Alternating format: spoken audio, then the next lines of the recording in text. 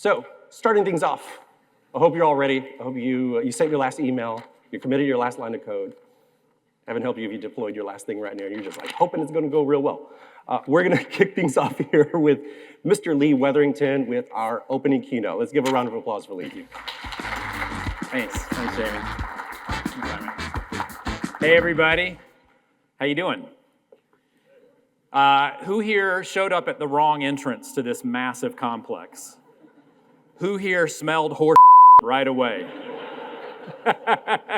I was texting around. I'm not good with time and space, and I booked myself in a hotel that was not convenient access to Will Rogers Center, so that was a problem. I came in, and so I literally think I got dropped off at the horse's part of the complex, literally, and then made my way. Anyway, sorry for that. I'm already cursing. This is bad. Okay. I've got 30 minutes with you here. I am the least technical person you will be hearing from today, which is a good thing, given the crowd, given the credentials and the bona fides represented here. I'm a strategy person. I'm one of the strategy people at Jack Henry.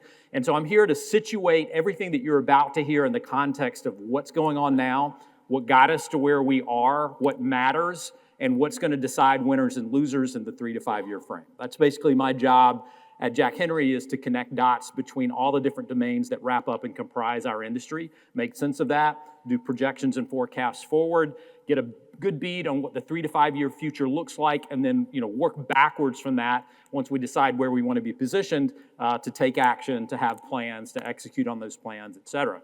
So I've got a lot to share with you in a very short amount of time, so I'm not going to waste a lot of time.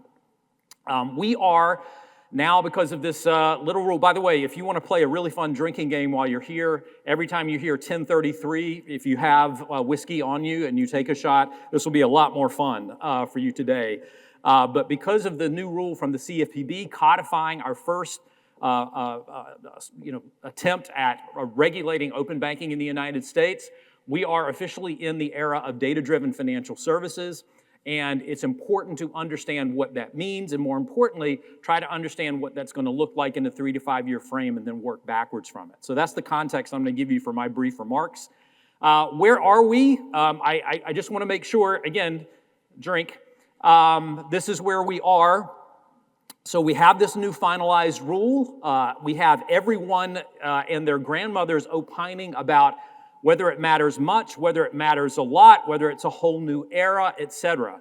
You won't see a lot of things changing in the short to near term, that is in the next 12 months. In fact, because we have a new administration, because that administration does not like the person running the CFPB, doesn't even really like the CFPB at all, and because our Supreme Court eliminated the Chevron exception, you will see not just 1033, but every new regulation that comes out that gets interpreted and an agency writes a rule to put it out is going to be challenged in the courts. Just like 1033 has been being challenged right now, by the way, by the Bank Policy Institute, which is a big group of mega banks flexing their muscle. There are legitimate things about the finalized rule that are problematic, and I think they have a good case that they're bringing to bear. They're not being gratuitous with it.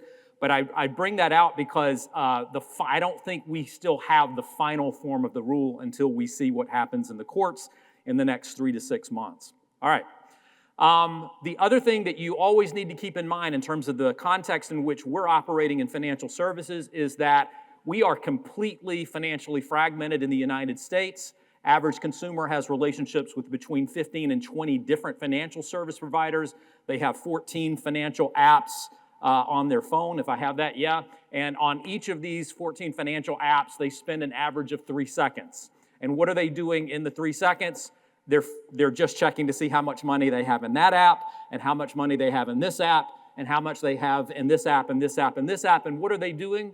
They're trying to get a thumbnail sketch of where they stand with their money so they can decide what to do next, how to do better, or even more mundane things like what money do I need to move around in order to make a particular bill payment that's coming up in the next few days.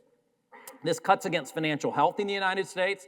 If you're a Gen Y or Gen Z couple, you cumulatively have between you typically 30 to 40 different relationships and apps, and this is problematic. And how did we get here? It is the aggregate of spot conveniences. right? So you go to lunch or you owe somebody some money and you go, hey, can I Zelle you that? And they go, I don't know what Zelle is. Can you please Cash App that for me? And you're like, damn it! And you download Cash App. That happens over and over and over again. That's how you end up with 14 apps on your phone. You've got 529s, 401ks, you've got a Coinbase account, you've got different monoline credit card issuers you're working with. We're all fragmented. Open banking and 1033 is an opportunity. It gives an opportunity, even down to the smallest financial institutions, a chance at solving fragmentation by using standardized secured APIs to bring back to the bank or back to the credit union that otherwise hopelessly fragmented and disparate data, right? If we're in the era of data, let's start talking about the biggest problem in terms of finances and data, and this is that problem. It's not just a consumer problem, it's also a small business problem. More on that in just a second.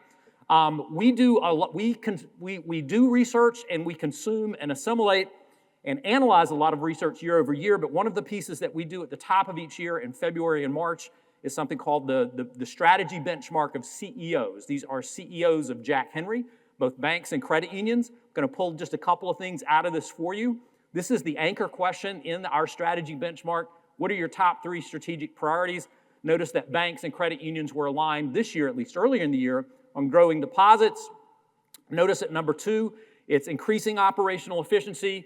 Same thing here at number 3, top priority for credit unions. Since we fielded our survey in February and March, operational efficiency has now moved to number 1. Why? Because everybody's more comfortable with monetary policy now that rates are beginning to come down. Does that make sense? Every bank and every credit union in the country in 2023 experienced 2 very clear and consistent things: skyrocketing interest expense, skyrocketing non-interest expense in the form of talent. So they all financial institutions rolled into 2024 trying to figure out, my God, how do we get the numerator of our efficiency ratio in check? How do we bring expenses down? That's why we're not just talking about AI because it's fun. We're talking about AI because it is material to the unit economics of remaining competitive as a financial institution in the immediate frame and in the 3 to 5 year frame, okay? We also ask, what are the top 3 technologies you plan to invest in over the next 2 years? Is someone missing? Is someone instructing Siri to do something? I'm hearing something. Anyway, what are the top 3 techs you plan to invest in the next two years? That's 2024 and 2025. Bank side, it's digital, fraud, automation, and notice for the first time, data analytics is finally making an appearance here on the bank side with cyber. If you put cyber and fraud together, they would actually be number 1. Just so that and the smaller you are, the more concerned you are about fraud as a financial institution. On the credit union side, fraud is absolutely number 1, and then it's all about data, automation, digital, and notice here at number 5 is AI. Notice that AI did not make the top 5 tech priorities for banks on the left-hand side, but it did make the top 5 in credit unions. Credit unions have always been more forward-leaning on data, analytics, automation, machine learning, and now AI. Why? They have to be more efficient because they're doing and originating more loans at lower dollar amounts. Banks with a more commercial focus, fewer loans for higher dollar amounts, never really had the heat on them to be as efficient relative to credit unions. Now everybody's feeling the heat because of the skyrocketing expenses I mentioned just a moment ago. What are the top types of fintech you plan to embed into your digital experience this year and next? Both banks and credit unions said it was payments, right? We're coming into real-time payments, but there's another driver behind this that we see at number 2 on the bank side, which is expanding services for small businesses. And the number 1 type of fintech, the number 1 type of service, rather, that banks and credit unions are planning to add this year and next year for small businesses in particular is a better way to get paid quickly and get your money in hand same day, all right? You've been watching our press releases and hearing some of the stuff we've done even in the last few months or announced in the last few months.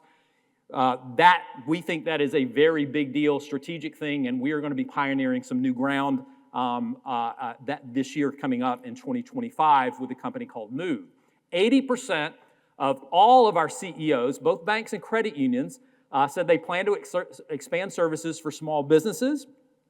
And I want to mention, sometimes when you mention small business in a to a crowd where there are credit unions represented, you say, well, we're retail focused. Why are you talking? No. There is no bright line between retail and small business. 80% of all small businesses are a sole proprietor, a single person. It's really important. 13 to 35% of your retail checking accounts in both banks and credit unions are actually camouflaging micro and small business owners. This in the same year where we're saying, well, we sure do need to grow deposits. It's the number one thing. And yet those camouflage micro and small business owners are going to third parties to do what? Collect payments, to get paid. And guess how much of those dollars ever make its way back to the bank or the credit union? Only 1 out of every $8 collected by a camouflage micro business owner using a third party to collect payments ever makes its way back to the bank or credit union. It is the single easiest way, the lowest hanging fruit, is to put the right payment acceptance capabilities in place to be able to bring those deposits directly and natively home to the bank or the credit union. All right, I'm sorry. Businesses are fragmented too, right? So they have their account with you. You may not even know they're a small or micro business, and then they're using third parties for payments and third parties for accounting and sometimes third parties for payroll, etc. They're living a fragmented life as well. Whoever can simplify and solve for that fragmentation wins and wins big. And here are those numbers that I was just giving to you. 1 out of every $8 collected in third-party settings makes its way back to the bank or the credit union. Meanwhile, if you don't know they're a small business, you think you've got, oh, this is just a great retail customer and we're their primary financial service provider, and no, hell, you're not, is the bottom line. Gen Y and Gen Z, what do they think about payment apps? They think payment apps are banks. Now, one of the good news, you're not laughing, maybe we're on a different humor. One of the great things about 1033 is it actually brings all of the payment apps and the digital wallets into the fold in terms of requirements for being a data provider in this new 1033 regulated era. Okay. So as I see it, if we zoom all the way out, you've got really two options here. We're in the middle of disruption. The entire financial services industry, by the way, is not even an industry anymore. Banking as a service erased the lines that define our industry, right? It used to be, do you have a charter or do you not have a charter?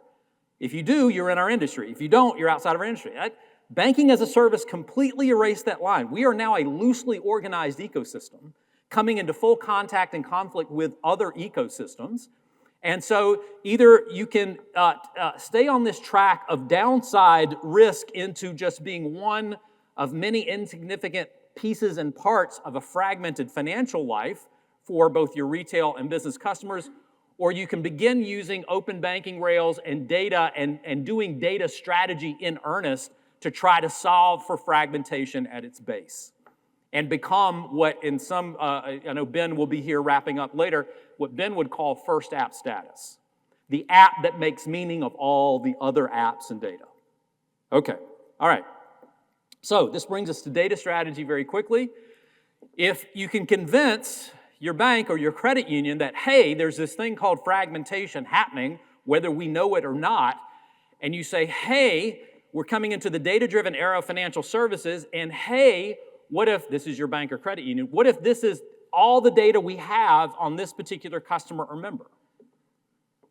Well, what are you going to do if you're training a model with just this fragment of this particular account holder's data? What are you going to be able to do with that model? You'll be able to do some things, not a whole lot of things, though.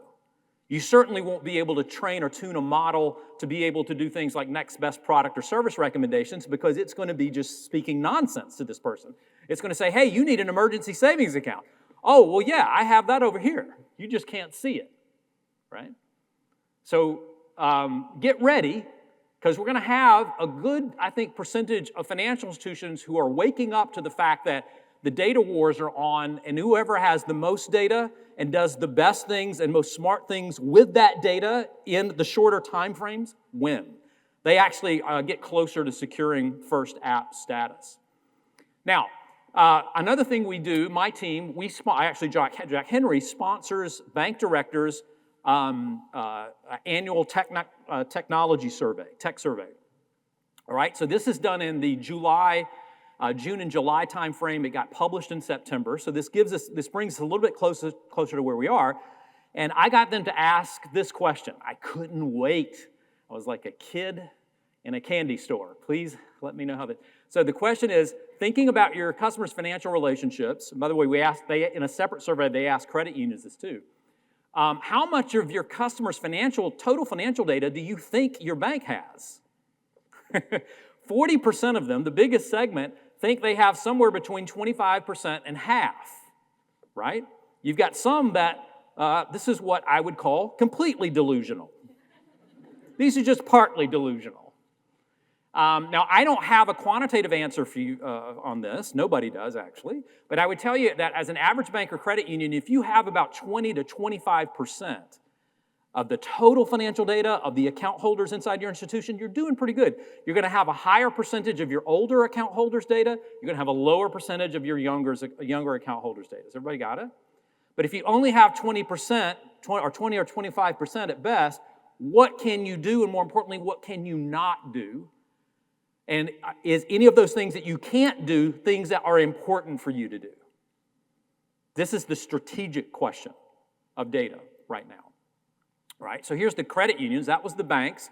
Credit unions, the biggest segment, look, tracking right with the banks. The biggest segment can say, yeah, we got about 25 or 50. No, you don't. I'm sorry, I'm making fun of the way I talk. I'm not making fun of anybody here. This is the way we talk in Georgia. Less than 25%, more sober.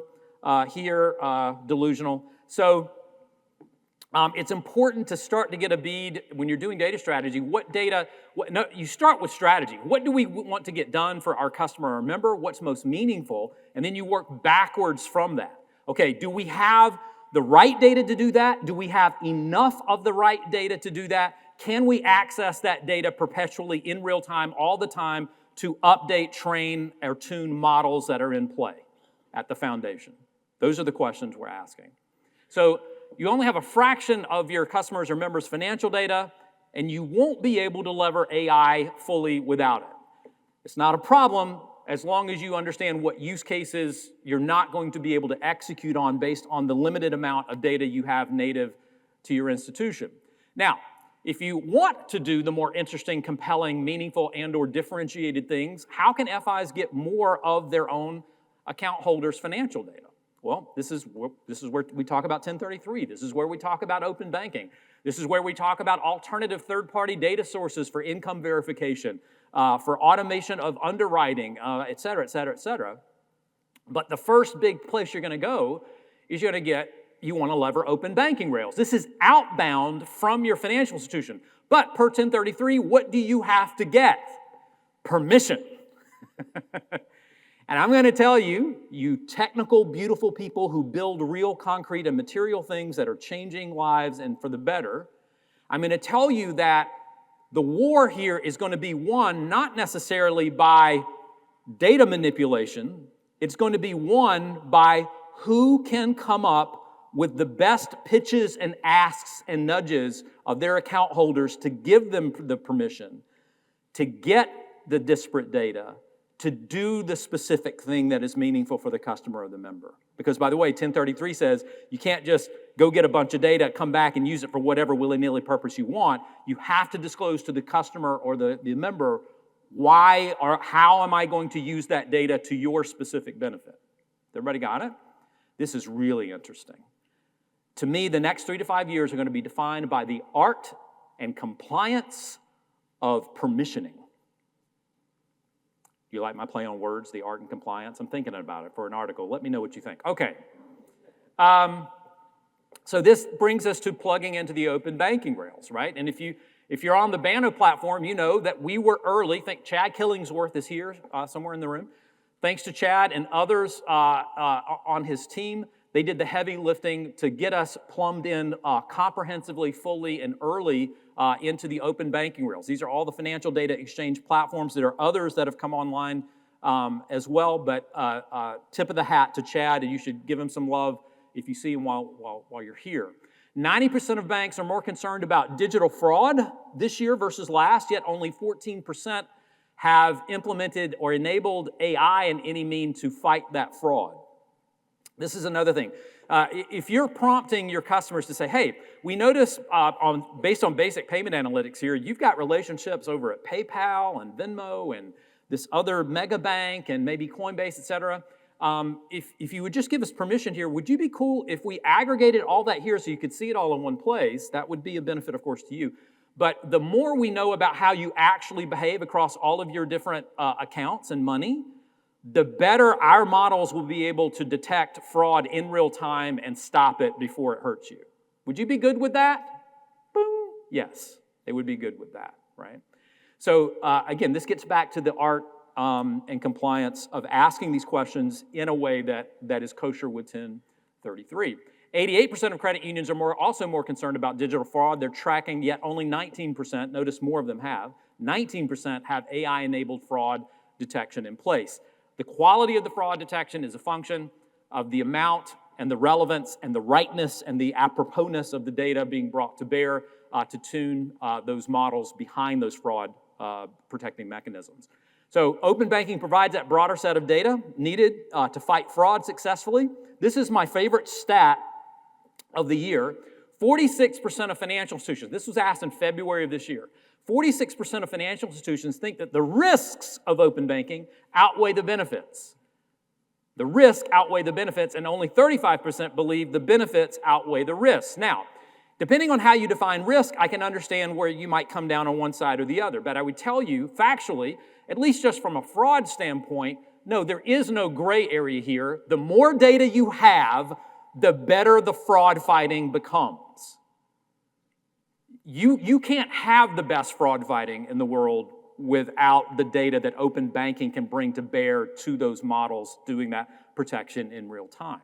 So I think this is one of the biggest blind spots. Now, there's a new study about to come out from American Banker, or Arizent, their research arm, in which they asked a whole bunch, I think it was about 300 bankers, their winners and losers. Who are going to be the winners and losers of 1033 when it all washes out in 3 to 5 years? And only 3% of the respondents to that survey said small financial institutions are going to be advantaged by 1033. I would tell you that I understand the skepticism. I understand the macro simplistic view that, hey, a data-driven world, if you're a bigger financial institution, more data, you're going to win more. No, I see AI as a leveler. I see generative AI as a leveler. I see the standards that 1033 is bringing to bear as a leveler for what can be done meaningfully with data. And I think that smaller financial institutions who have the foresight to be, if not aggressive, at least proactive with what you can do with data, even before necessarily your 1033 deadline hits you in 2027 or 2028 or 2029, depending on the size of your FI, right? Those are going to be the ones who are winning in the 3 to 5 year frame. They're going to be winning, and they're going to be winning big. If a financial institution experiences a material fraud event and liability event, it raises their aversion to open banking by 26%, which is totally backwards. Man, I got to get some open banking so I don't get burned again. No, it's just the opposite. Why? I think because before 1033, people saw open banking and they just saw open. That doesn't sound secure. Let's not do that. We just got our butt handed to us in a fraud event, right? It's backwards. There's a lot of education, I think, that needs to be done here. So what do you need most to fight fraud effectively in real time? You need more data, right? More data is less fraud. More data is less risk. More data equals more margin. Now, you may think those 3 little things I just clicked off there are very simplistic. Just say those things to your leadership. Let me back it up, right? More data is less fraud. More data is less risk. More data is more margin. Why? You can price better if you have more information about the prospect or the member or the customer that you're trying to lend it to, and that translates to more revenue. Those simple things there, I would tell you, are not clearly understood in the leadership levels in the boardrooms of most banks and credit unions that I happen to spend time with year in and year out. And we've got to do a better job of that. Now, what does smart data strategy look like? I want to give you an example. I mentioned about the 80% of your peers that are looking to expand services to small and micro businesses. When I see a fintech doing something that I think is instructive and doing it well and doing it right, I celebrate them. I put them in the deck and I give them props. This is Monet. They're small business fintech. Here's what they do. The first thing they do is they ask, so this is just another fintech that can be plugged into the bank or to the credit union's digital experience. The first thing Monet does is said, hey, we need to connect to your accounting system. All right, so they connect to QuickBooks or Xero or whatever the case may be. They bring all of that data in, they run analysis, and then they give insights to the business that are also actionable, but they also give insights to the bank or to the credit union. Hey, cash flow projection, 3 weeks from now, this micro or small business is going to need a bridge loan because they're headed into a place where they're going to need liquidity that they don't have.